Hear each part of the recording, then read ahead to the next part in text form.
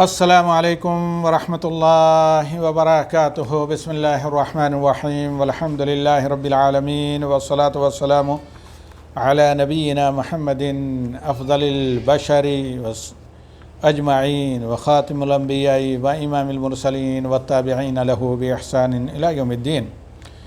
السلام علیکم ورحمۃ اللہ وبرکاتہ۔ حمد و صلوات کے بعد آج اس نشست میں ہم ایک مختصر سا درس الاصول الثلاثہ کا جو عقیدے کا کورس چل رہا ہے، عقیدہ توحید، اس کا لے کر آئے ہیں، اور یہ درس نمبر ہے 7 یا آپ کہیں 7۔ اس میں ہم انتہائی اہم موضوع پر روشنی ڈالیں گے۔ حقیقتاً جو پورا کا پورا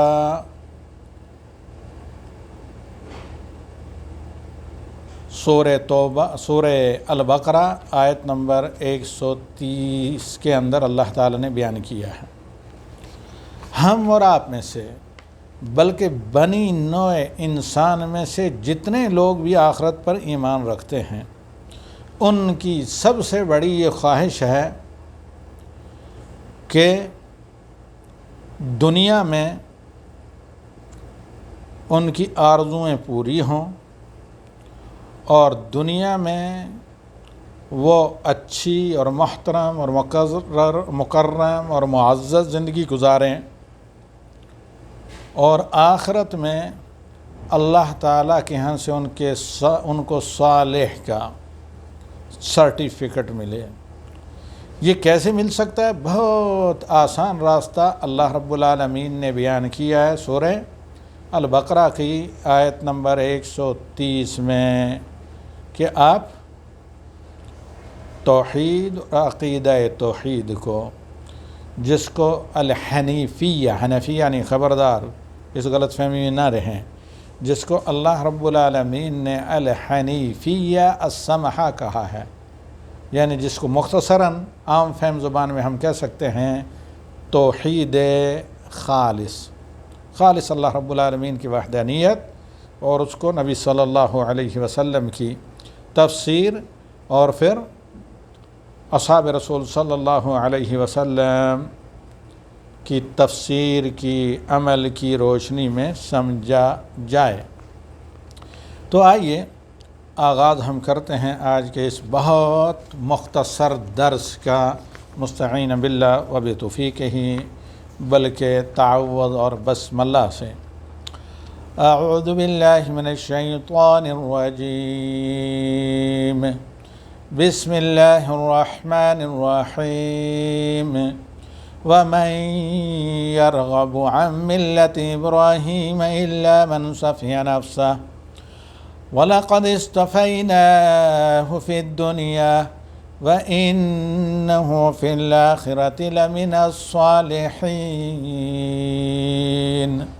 یاد رکھیں، خبردار، جو کوئی بھی منہ موڑے گا، اعراض کرے گا، روح گردانی کرے گا ابراہیم علیہ السلام کے عقیدے سے، کیونکہ دیگر انبیاء کی طرح ابراہیم نے بھی نبی صلی اللہ علیہ وسلم کی بشارت دی، اور اپنے متبعین کو، جو بعد میں آپ کے متبع ہونے کے دعوے دار تھے، مشرکین مکہ، عہد ابراہیمی میں وہ موحد تھے، ان کو بھی حکم دیا کہ نبی آخر الزمان جو میری اہل سے آئیں گے، میری آل سے آئیں گے، ان پر ایمان لانا تم پر فرض ہے۔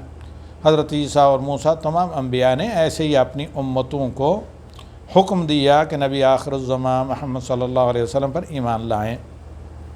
تو اب اس آیت 130 سورہ بقرہ کو سماعت فرمائیں۔ اللہ تعالیٰ کہتا ہے وَمَن يَرْغَبُ عَن مِلَّةِ إِبْرَاهِيمَ إِلَّا مَنْ صَفِيَ نَفْسَهُ۔ یاد رکھیں کہ ابراہیم علیہ السلام کے عقیدے سے، یہ عقیدہ توحید، اس لیے امام الموحدین کہا جاتا ہے حضرت ابراہیم کو۔ عقیدہ توحید سے جو شخص روح گردانی کرے گا، وہ انتہائی بد نصیب، حرمہ نصیب اور کم بخت ہوگا۔ یعنی ابراہیم علیہ السلام کے عقیدے سے بد نصیب لوگوں کے علاوہ کوئی روح گردانی نہیں کر سکتا۔ عقیدہ توحید میں ملاوٹ یا اس سے روح گردانی وہی کرے گا جو بد نصیب ہو۔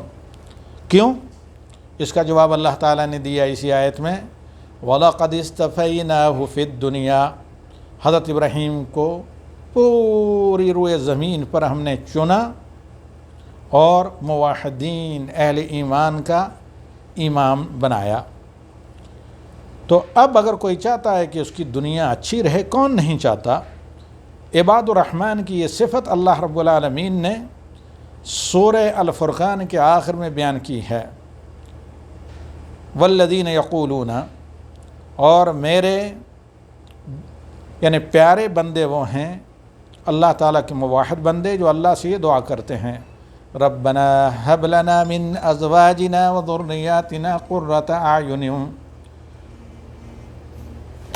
واجعلنا للمتقین اماما، ربنا ہب لنا من ازواجنا وذریاتنا قرۃ اعین واجعلنا للمتقین اماما، یعنی اے اللہ ہمارے شریک حیات مرد ہوں زن، طرفین زوج کا اطلاق دونوں پر ہوتا ہے، ہمارے جوڑوں کو اور ہماری ذریت کو، ہمیں ایسے جوڑے ایسے ذریت عطا کر جو ہماری آنکھوں کی ٹھنڈک ہوں۔ آنکھوں کی ٹھنڈک کب ہوں گے؟ جب وہ واقعی دین و ایمانت سے متصف ہوں۔ اور کیا؟ وَجْعَلْنَا لِلْمُتَّقِينَ إِمَامًا، ہمیں اور ہمارے ازواج کو اور ذریت کو پرہیزگاروں کے پیشوا، قائد، لیڈر، اغوا، امام اور رہنما بنا۔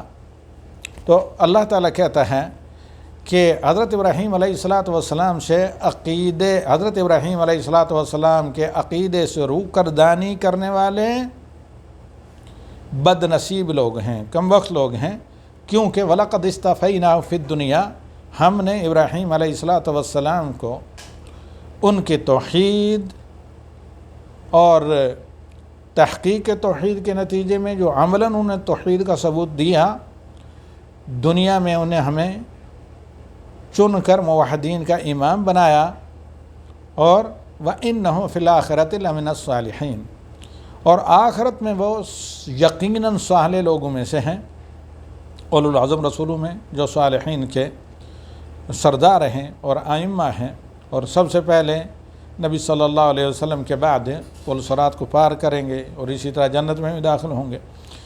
تو اب اگر کسی بھی انسان جن میں سے مومن کو یہ چاہیے کہ اس کی دنیا اور آخرت اچھی ہو، بلکہ حج جب کر کے حجاج میدان عرفات سے آتے ہیں تو ان میں سے اچھے حجاج کی صفات اللہ نے یہ بیان کی کہ وہ دونوں جہاں دنیا اور آخرت کی بہتری کے اللہ سے خواہاں ہوتے ہیں، اس کے وہ مشعر الحرام میں آ کر جہاں دعائیں قبول ہوتی ہیں مزدلفہ میں دعائیں کرتے ہیں۔ تو یہاں پر اللہ رب العالمین نے بہت آسان نسخہ بتایا کہ آپ حضرات ہوں، خواتین ہوں، اے مومنوں، اے امت محمدیہ کے لوگوں جو قرآن پر ایمان رکھتے ہیں اور تدبر سے پڑھ کر یہ جانیں کہ دنیا اور آخرت کی بھلائی کا آسان راستہ ہے کہ آپ ابراہیم علیہ السلام کا جو عقیدہ ہے وہ اپنائیں، جس کی تجدید کے لیے دیگر انبیاء اور آخری نبی محمد صلی اللہ علیہ وسلم آئے، اور پھر آخرت میں بھی آپ صالح ہوں گے۔ جب صالح ہوں گے تو عرش الہی کے مکین اور اس کے سائے میں حشر میں بھی رہیں گے، اس پریشانی سے بچیں گے، پھر نبی صلی اللہ علیہ وسلم کے ہاتھ سے حوض کوثر نصیب ہوگا، پل صراط اہل ایمان کی طرح تیز رفتار سے پار کر کے جنت کے مکین ہوں گے، جہاں سے کبھی نکالا نہیں جائے گا، نہ نکلنا چاہیں گے، نہ کسی قسم کی پریشانی اور غم اور دکھ اور ملال، اور نہ کسی چیز کا ڈر۔ دائمی اہل جنت کی زندگی جہاں جو چاہیں گے وہ ملے گا، اور اہل جہنم سے ہمیشہ ہمیشہ کے لیے جہنم کی آگ سے نجات۔ تو میں نے جیسے شروع میں آج کے سب ٹاپک بلکہ اس موضوع کے لیے عقیدہ توحید کا جو آج کا درس نمبر 7 ہے، اسی آیت کو چنا سورہ بقرہ سے جو 130 نمبر ہے۔ تو مؤلف الاصول الثلاثہ فرماتے ہیں، اعلم ارشدک اللہ لطاعتہ ان الحنیفیت اعلم ارشدک اللہ لطاعتہ ان الحنیفیت ملت ابراہیم، کہ حنیفیت عقیدہ توحید یہ ابراہیم علیہ السلام کا عقیدہ ہے، اور یہ کیا ہے؟ ان تعبد اللہ وحدہ مخلص لہ الدین، کہ صرف اللہ کی عبادت کریں اور تمام کی تمام عبادات اور آپ کے اعمال جو ہیں بطور دین کے وہ سب کے سب خالصتاً لوجہ اللہ سبحانہ و تعالی ہوں۔ اور یاد رکھیں کہ اسی کا اللہ رب العالمین نے تمام انسانوں کو، انسان اور جن کا حکم دیا ہے۔ اب اگر کسی کو ہم اور آپ کسی غیر مسلم کو دعوت دیتے ہیں تو یہ کسی عصبیت یا کوئی گروہ کو زیادہ تعداد میں بڑھانے کے لیے نہیں، بلکہ اس لیے کہ ان کے اور ہمارے خالق نے اس بات کا حکم دیا ہے، جن کو یہ نعمت توحید مل چکی ہے، ایمان مل چکا ہے، ان پر فرض کیا کہ وہ دوسروں کو اس کی دعوت دیں۔ اور حنیفیت ملت ابراہیم کیا ہے؟ کہ صرف اللہ کی عبادت کریں، دین جو آپ کا ہو، دین کے جتنے معاملات خالصتاً لوجہ اللہ ہوں، جیسے کہ اللہ رب العالمین نے سورہ جاریات کی آیت نمبر 56 میں فرمایا، 56 میں، وَمَا خَلَقْتُ الْجِنَّ وَالْإِنسَ إِلَّا لِيَعْبُدُونَ، ہم نے تو جن و انس کو اپنی عبادت کے علاوہ اور کسی کام کے لیے پیدا ہی نہیں کیا۔ ان کی تخلیق کا مقصد ہی ہے کہ وہ میری پرستش و عبادت کریں، یعنی میری توحید پر عمل پیرا ہوں، اسی کی آپ یادی کریں، اسی کی نشر و اشاعت کریں۔ اور یہاں پر صاحب الاصول الثلاثہ فرماتے ہیں وَمَعْنَ يَعْبُدُونَ يُوَحِّدُونَ، یعنی وَمَا خَلَقْتُ الْجِنَّ وَالْإِنسَ إِلَّا لِيَعْبُدُونَ کا مطلب یہ ہے کہ جن و انسان کو تو میں نے پیدا اس لیے کیا ہے کہ صرف اللہ تعالیٰ کی توحید پر استقامت کے ساتھ ڈٹے رہیں اور ہر طرح کی عبادات صرف اللہ کے لیے کریں، اور ان کی قبولیت کے لیے بنیادی شرط ہے کہ وہ نبی صلی اللہ علیہ وسلم کی تعلیمات کے مطابق ہوں۔ اور سب سے عظیم اہم عمل، سب سے اولین عمل جس کا حکم اللہ رب العالمین نے اپنے بندوں انس و جنس کو دیا ہے، مکلفین کو دیا ہے، وہ توحید ہے۔ اور توحید کیا؟ ہوا افراد اللہ بالعبادہ، صرف اور صرف اللہ وحدہ لا شریک لہ کی پرستش و عبادت کرنا۔ اور سب طرح کی عبادتیں میں بارہا بتا چکا ہوں، ظاہری، باطنی، مالی، بدنی۔ وَأَعْظَمُ مَا نَهَى عَنْهُ الشِّرْك، سب سے بڑا جرم جس کو اللہ نے حرام قرار دیا، جس سے منع کیا ہے، یہ شرک ہے۔ اور شرک کیا ہے؟ دعوت غیرہ معہ، اللہ کے ساتھ کسی اور کی عبادت کرنا، یا اس کو شریک کرنا عبادت میں، یا اس سے فریاد کرنا، یا اس سے مدد مانگنا، یا اس سے استغاثہ وغیرہ کرنا۔ اور اسی لیول کا گناہ ہے عمدن، فرض نمازوں کو چھوڑنا۔ بارہا میں بتا چکا ہوں اللہ کے اس فرمان کو، اقیموا الصلاۃ ولا تکونوا من المشرکین۔ اچھا، واعبدوا اللہ ولا تشرکوا بہ شیئا، یہ دلیل ہے اس بات کی کہ سب سے بڑا گناہ شرک ہے، اور سب سے بڑا اہم جو فرض ہے صالح عمل وہ توحید ہے۔ شرک سے بڑا کوئی گناہ نہیں، اور توحید سے اہم کوئی عمل نہیں ہے، کیونکہ اسی پر دار و مدار ہے دیگر اعمال کی قبولیت کا۔ اور دلیل وَاعْبُدُوا اللَّهَ وَلَا تُشْرِكُوا بِهِ شَيْئًا، حقیقتاً یہ آیت وضاحت ہے، ایکسپلینیشن ہے لا الہ الا اللہ محمد رسول اللہ جو آپ پڑھتے ہیں اس کی۔ سورہ نساء کی آیت نمبر 36 ہے۔ اور اگر کوئی آپ سے سوال کرے کہ ما الاصول الثلاثہ التی یجب علی الانسان معرفتها، وہ تین بیسک پرنسپل کون سے ہیں، وہ تین اصول کون سے ہیں جن کو الاصول الثلاثہ کہا جاتا ہے، جن کی معرفت ہر انسان پر فرض ہے؟ کیونکہ جب آپ کو پتہ ہو کہ ہاں 3 سوال مجھے انٹرویو میں کیے جائیں گے جس پر میری دنیاوی زندگی یعنی آمدنی کا دار و مدار ہے، تو کیا کریں گے؟ رات و دن ایک کر کے ان 3 سوالوں کے جواب تلاش کرنے کی، ازبر کرنے کی کوشش کریں گے۔ تو اب جب یہی 3 سوال سب سے پہلے امتحان میں قبر میں ہوں گے، قبر کے بارے میں آپ بارہا سن چکے ہیں کہ حضرت عثمان رضی اللہ تعالیٰ عنہ قبر کو دیکھ کر بہت رویا کرتے تھے۔ جب کسی نے پوچھا کہ اس قدر کیوں آپ قبر کو دیکھ کر روتے ہیں، کہا یہ آخرت کی پہلی منزل ہے، اسے پار کر گئے تو اس کے بعد والے امتحانات آسان ہوں گے، اور یہیں اگر کامیاب نہ ہو سکے تو اس کے بعد والا دوسرا قدم اور مشکل ہوگا۔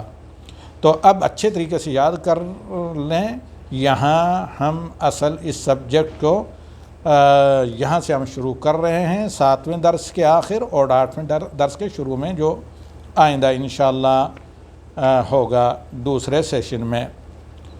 اور سوال یہ ہے کہ آپ سے جب سوال پوچھا جائے اے قاری اور مخاطب، مل اصول الثلاثہ التی یجب علی الانسان معرفتھا، وہ کون سے 3 اصول ہیں، یعنی بیسک دین کے پرنسپل ہیں جن کی نالج یا جن کی معرفت اور جانکاری اور علم ہر انسان پر، بلکہ ہر جن اور انسان پر جو مکلفین فرض ہے؟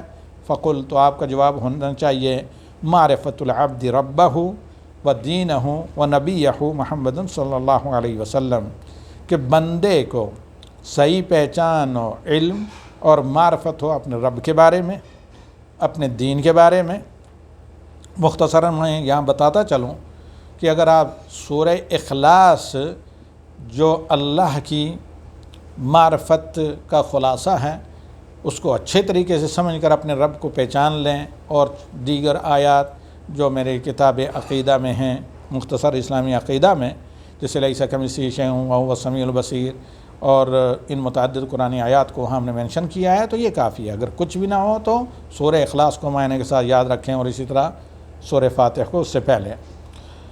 اور ودین و دین کو پہچاننے کے لیے ارکان اسلام اور ارکان ایمان، کیونکہ نبی صلی اللہ علیہ وسلم نے جب جبریل کو آ کر سوال کرتے دیکھا، اس کے بعد حضرت عمر کے دریافت کرنے پر کہا جاءکم یعلمکم دینکم، تمہیں تمہارا دین سکھانے کے لیے آیا، یعنی دین کا جو خلاصہ وہ ہے ارکان ایمان و ارکان اسلام۔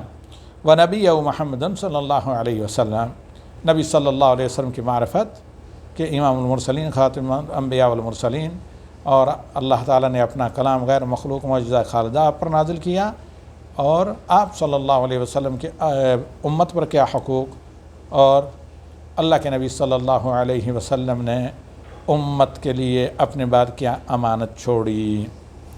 تو یہ تو خلاصہ تھا، اسی پر آج کے درس کا ہم اختتام کرتے ہیں۔ آئندہ درس ہوگا الاصل الاول، الاصول الثلاثہ میں سے پہلی اصل، جس کو اردو میں آپ کہہ سکتے ہیں فرسٹ پرنسپل یا پہلا اصول۔ ھذا صلی اللہ علی النبی وآخر دعوانا ان الحمد للہ رب العالمین۔